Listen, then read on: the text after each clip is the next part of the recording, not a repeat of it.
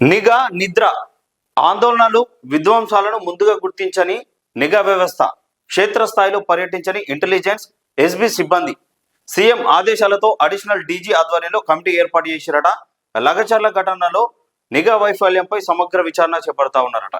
Group 1 నుంచి లగచర్ల దాకా intelligence fail అయిపోయిందట. ఉన్నతాధికారుల పర్యవేక్షణ లోపం, సిబ్బంది నిర్లక్ష్యమట. సో రాష్ట్రంలో కాంగ్రెస్ ప్రభుత్వం ఏర్పడ్డ తర్వాత నిఘా వ్యవస్థ కొద్దిగా పనిచేస్తలేని అన్నట్టు కనబడతా ఉన్నది. మనం చూసుకున్నట్టయితే గ్రూప్ 1 విద్యార్థులు ఎవరైతే రోడ్ల మీదకి ఎక్కిరో ఆ టైంలో కానీ పోలీసుల కుటుంబాలు ఏవైతే రోడ్డు మీదకి ఎక్కి ఆందోళన చేసిరో, మొన్నగాక నిన్న జరిగిన ఏదైతే ఈ లగచర్ల ఘటన ఉన్నదో వీటన్నిటి నేపథ్యంలో నిఘా వ్యవస్థ నిద్రపోతా ఉన్నది. ఎస్బీ సిబ్బందులు కూడా ఎందుకు మరింత నిర్లక్ష్యం చేస్తున్నారు అంటే, రాష్ట్రంలో జరిగే పరిస్థితులు ఏవైతే ఉంటాయో వాటిని ముందుగానే పసిగట్టి ప్రభుత్వానికి చేరవేసే దాంట్లో ముందుగా ఎక్కువ ఈ ఇంటెలిజెన్స్ పనిచేయాలి.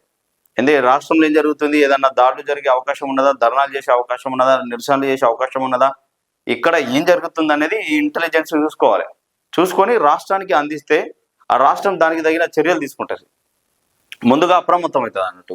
సో ఆ నేపథ్య ఏవైతే ఉన్నాయో వాటన్నిటిలో నిఘా వ్యవస్థ నిద్రపోతా ఉన్నదట, నిర్లక్ష్యం చేస్తున్నారట సిబ్బంది. మరి ఎందుకో మరి మీరు కూడా గుర్తించాల్సిన అవసరం ఉన్నది.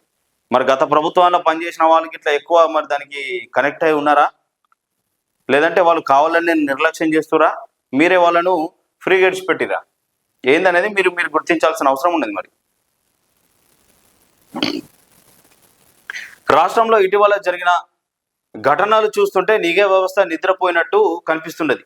గ్రూప్ 1 ఆందోళనల నుంచి లగచర్ల ఘటనల దాకా ఇంటెలిజెన్స్ ఫెయిల్ అయిపోయినట్టు స్పష్టమవుతున్నది. ఉన్నతాధికారుల పర్యవేక్షణ లోపం, క్షేత్రస్థాయిలో సిబ్బంది నిర్లక్ష్యంతోనే రాష్ట్రంలో అవాంఛనీయ ఘటనలు జరుగుతున్నట్టు తెలుస్తున్నది.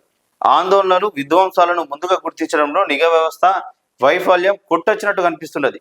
3 నెలలుగా ఉద్రిక్తత పరిస్థితులు ఉన్న పోలీసులు పట్టనట్టు వ్యవహరించారు.